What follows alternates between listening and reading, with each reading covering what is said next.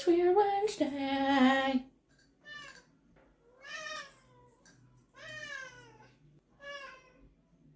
Yeah. Let's get weird. I'm actually getting really dizzy. I'm gonna stop this. Welcome to another wonderfully weird Wednesday. It's your girl, JessieDubz. Round 3, y'all. Let's do this. This week on Weird Wednesday, we're going to be talking about Patrice Endres and how she went missing in 13 minutes. I hope you enjoy. It's going to be a weird one, guys. You ready for it? So today's cup of tea is all on Patrice Endres, and I apologize if I'm saying that wrong. Our story starts in Cummings, Georgia, April 15th, 2004. It seemed to be a normal day for the whole family, including Patrice, her son Pistol, and then married into stepfather named Rob. She would wake up with her son every morning, get him ready for school, and then bring him to school on her way to the salon that she owned. That morning, Pistol goes on to say that it seemed like a regular, typical day. His mom liked to wake him up by jumping on the treadmill, going doof, doof, doof, doof, doof, and that would wake him up. So it was a typical morning. He said that they got into a little argument over something. It wasn't anything really noteworthy, just that age, right? Typical things. So Patrice drops off Pistol, says, "Bye, I love you, I'll see you later." This interaction between Pistol and his mom is actually the last time that Pistol sees his mother alive. Continuing on Patrice's last day, after she had dropped off her son at school, she obviously continued. Mater! Oliver! Boys! Hey! Both of you! After Patrice drops off her son Pistol at his school, she continues obviously on her way to work. And it seems like a typical morning in the salon for the most part. Police are actually able to follow her tracks up until a certain point in the morning, just from her appointment book and from her phone records at the salon. Just gauging from the appointment book, she had 3 appointments that morning. The first 2 actually went along as planned. The customers said that everything was fine for the most part. The one...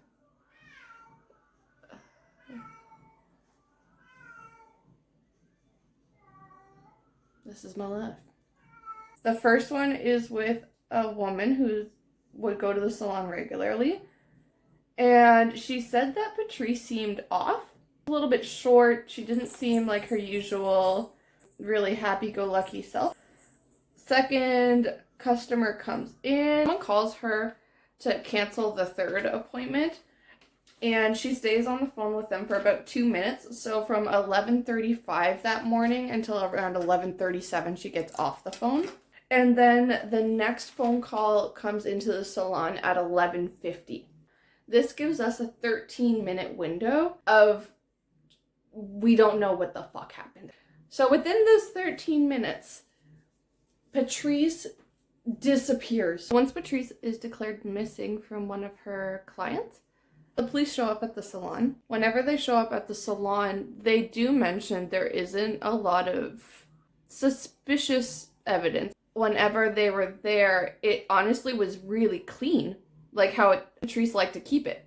So the only thing that they were getting really big red flags from was the fact that the cash register had been emptied. The second thing that was a big red flag was Patrice's lunch had been warmed up, but it was still in the microwave. But other than this, the only thing that they knew was that Patrice was gone. At this point, where obviously investigators are going to start questioning the family and friends and customers, everybody that would have known Patrice and could maybe have some useful information as to where to go from there. They decided that they're going to obviously talk to the friends, family, customers, everybody that would have known Patrice best. As the police are interrogating, they actually had multiple people, including Pistol, so Patrice's son, step forward and say that they should look into Patrice's husband at the time, whose name was Rob. So I guess that Patrice, behind the scenes, was not happy in their marriage. Rob was apparently very possessive, very jealous, and would even become very jealous of Patrice's friends. I guess Patrice was talking with her friends and with Pistol, saying how she was not happy and her plan was to divorce Rob. Pistol and the friends obviously thought that a good place to start would be the ex, thinking that he was quite the jealous and possessive type, and that if Patrice had finally told him that she wanted a divorce, in a spit of rage, something had happened. The cops are obviously looking into this husband named Rob. Whenever they do, they haven't necessarily ruled him out as a suspect at all, but he's not their prime suspect, because when all of this went down, Rob was working in a different town. So he has a receipt from a gas station, I guess, on his way to work that day, as well as his time clock from work shows that he was at work that day.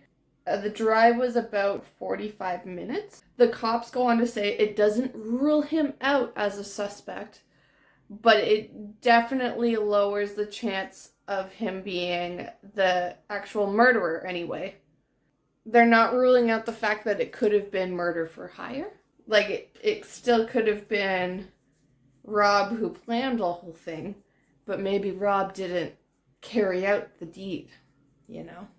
Because of this, they stopped looking so hard into Rob, and they're debating their other potential suspects at this point. One thing that bothered me the most about this Rob guy is he's very open to say how much he does not like Pistol, and how much he didn't believe that he would be worth or become anything.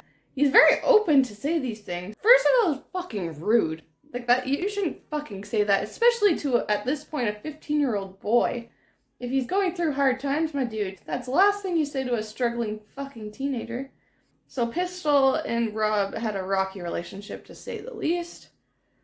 Pistol is obviously, for very good reason, not a big fan of this guy. I am not either, and I'm not even a part of this situation, so I totally get it.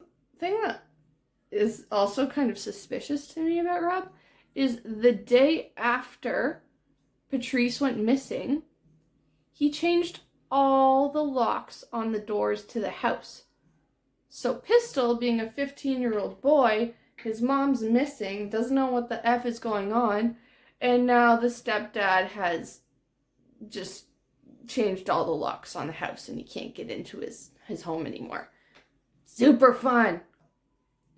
This is when Pistol actually goes to live with his dad, who he doesn't necessarily have a bad relationship with. I think it was just slightly rocky at this point. His dad's struggling with this whole thing, and he's going through process and depression, taking it really, really hard too, because he was still in contact with his ex. They were still talking every day.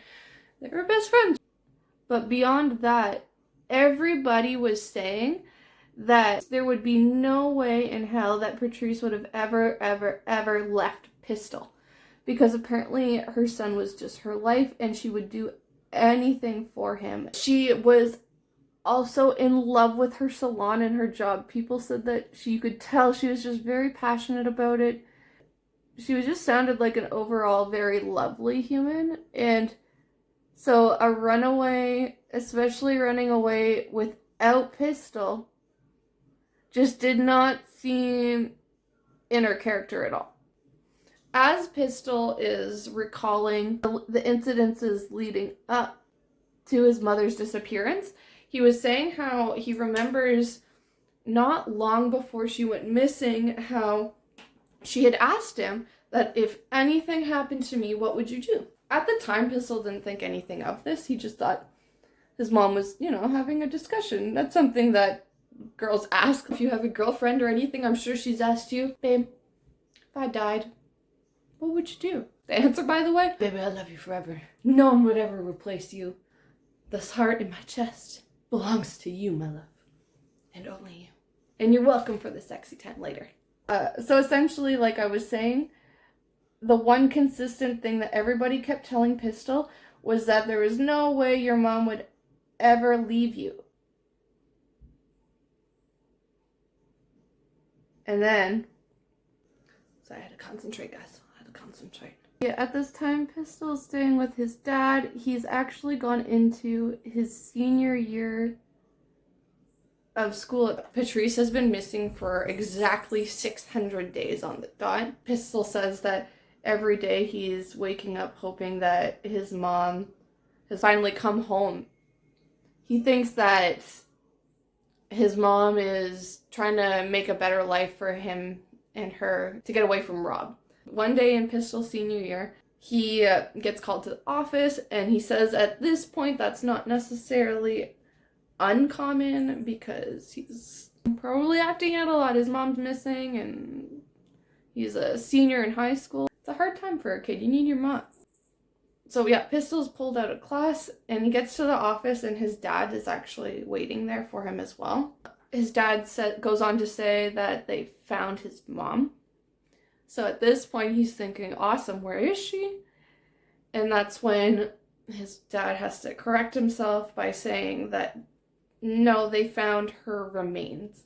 Patrice Endres, her remains were found actually by a Baptist church in a very, very wooded area, exactly 600 days after she was determined missing. So, obviously this is very unfortunate for Pistol, who's at this point, he was still believing that his mom was alive.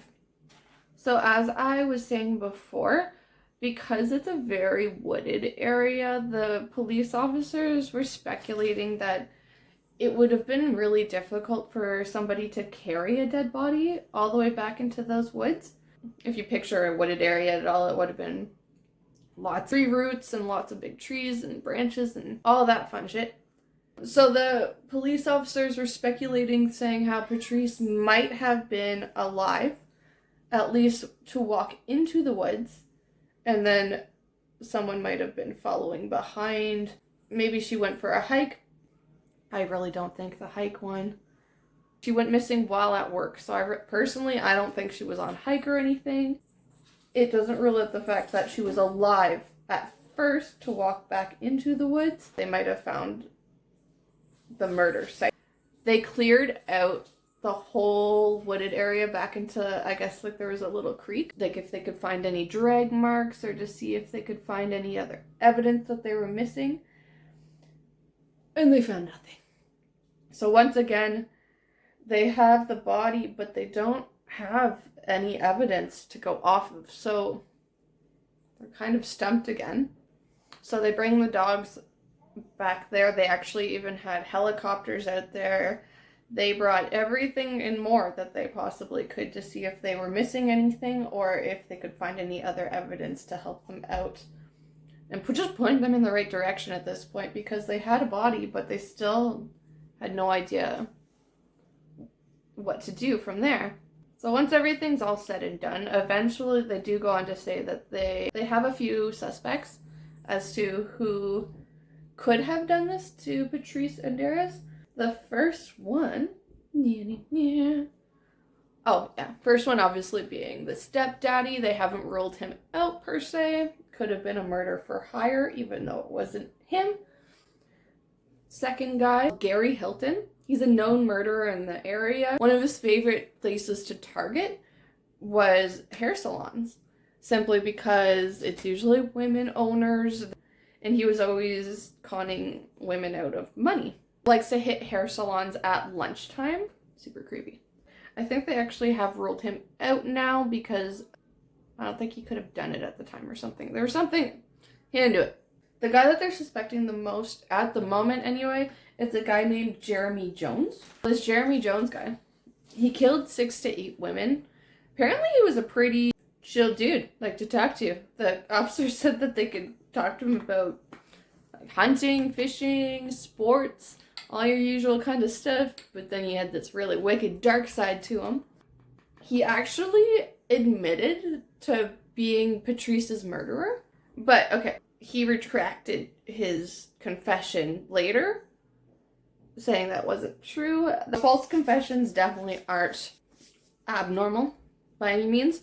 Whenever people are using specific interrogation methods on you and it's been going on for hours and hours and hours, it's definitely a common thing for people to confess to things that they actually didn't do at all. This Jeremy Jones guy, he admits to killing Patrice. Apparently, he said that he approached the salon, asked her for some help. He abducted her, abused her, and then threw the body in the creek. So they did an extremely thorough search of the creek and they found nothing. And that's actually when Jeremy retracted his confession, saying that he didn't do it. It was a false confession. Whenever they found Patrice's remains, the skull was found first. And then after doing a thorough search, they find a few other bones as well. But what they don't find is her wedding ring. But that's like the only noteworthy thing that's found other than her bones. Or not found, I guess you could say. They're stumped again, right? And they're really looking for, I think at this point, they're just looking for anybody who could have noticed or saw anything to come forward, because they don't have anything to help them out on their end. A couple people actually do step forward with useful information. There's 2 people in particular whose stories line up but differ slightly, so it's a little frustrating for the police as well. Definitely a blue car. We don't know what model because, again, both of these witnesses say 2 different kinds. They say that they see a blue car parked in front of the salon, like I guess right in front of the front door. And then what they also noticed that was very weird was that Patrice's vehicle was not in the spot that it was every single day. She normally parked right in front of the back door, facing out, so with the driver facing the road. Being the owner, makes sense. But whenever her vehicle was discovered, that's not where it was. It was actually pulled up more in front of the building as well, kind of like where these witnesses had seen the car. Everyone thought that was weird beyond the police, too. Just anyone driving by literally noted how that's weird because she's not parked in her usual spot. Police have also speculated, because the road that the salon is located on is quite busy, they're not ruling out the fact that it could have literally been a wrong place at the wrong time situation, and then just unfortunately took advantage of this situation, noticing that this woman was alone in the salon. Because Patrice was also missing for 600 days, we can't rule out the fact that she was actually captive for some time before she was murdered. Because whenever her remains were discovered, they were already decomposed and they were just bones at this point. We don't know how Patrice died. So that makes it a lot more difficult, obviously, to solve the case. Another thing that I find really stupid, not even weird, it's stupid, is, remember the husband? Because he changed the locks on before Pistol could come home, Pistol has literally absolutely nothing to remember his mom by. Pictures or albums or anything like that. And because Patrice was still married to Rob whenever she went missing and then died, guess who has her remains? Rob does. This obviously means that Pistol still has absolutely nothing to remember his mom by. And same with his father as well. The one that was married to her first. Yeah, I know, it's super sad. That, like, the 2 men in her life that she actually cared about and adored and loved, who should have received all of Patrice's things in general, they don't get anything to remember her by. This selfish fucker obviously isn't sharing. He goes on to say that he's still possessive of Patrice's remains, actually. And he actually admitted to still sleeping next to her ashes as well. You heard me. The man wants to sleep next to the ashes. I mean, I'm not one to judge. I'm sure if I lost somebody who I loved, let's face it, I would probably be doing something like that as well. The only thing that really bugged me about it, I guess, is the fact that she was planning on divorcing this bastard, and he's the one who selfishly kept the ashes literally for himself to snuggle in his bed because she was his teddy bear.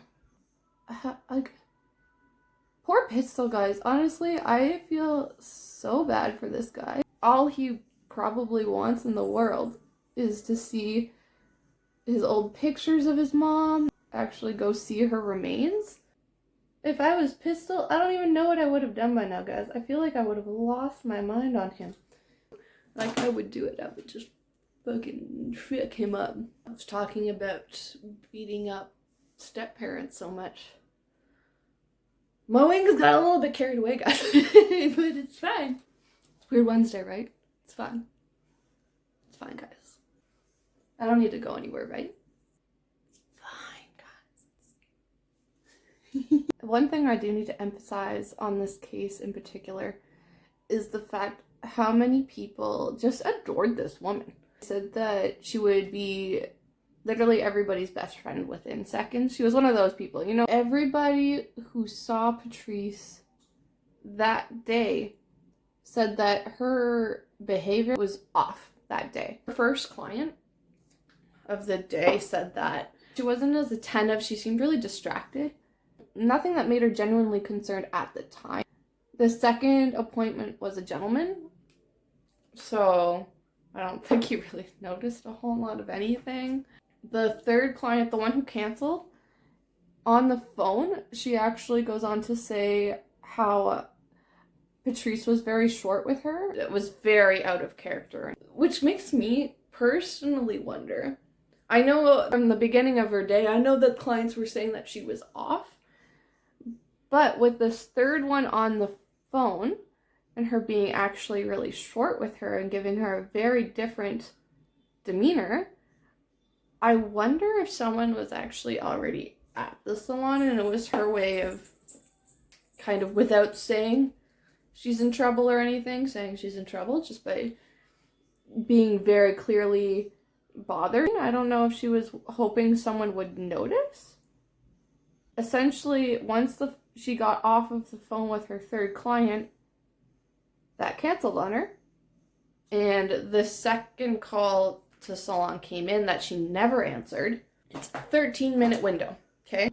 Honestly, 13 minutes is a lot of time for somebody to go in, grab the cash, grab the chick, and run, which is super unfortunate for our friend Patrice. I did my lips. One eyelash. Right back. So at this point, we're actually coming up on 17 years since the day that Patrice went missing. I find this one, I know it's weird and everything because she went missing in that 13-minute window and she was just literally never seen or heard of ever again. But beyond that, it's just so fucking sad. This woman was just adored by her community. It seemed like she was in a pretty decent place in life. I mean, beyond her marriage being the happiest thing in the world, she seemed like she loved her job and the people in her community, and above all, her son, who adored her too. I wish that it could have ended differently. This is obviously the last thing that anybody wanted for Patrice. It's just sad. But yeah, I hope you guys have a wonderfully weird Wednesday. As always, this is JessieDubz, and I'm signing off.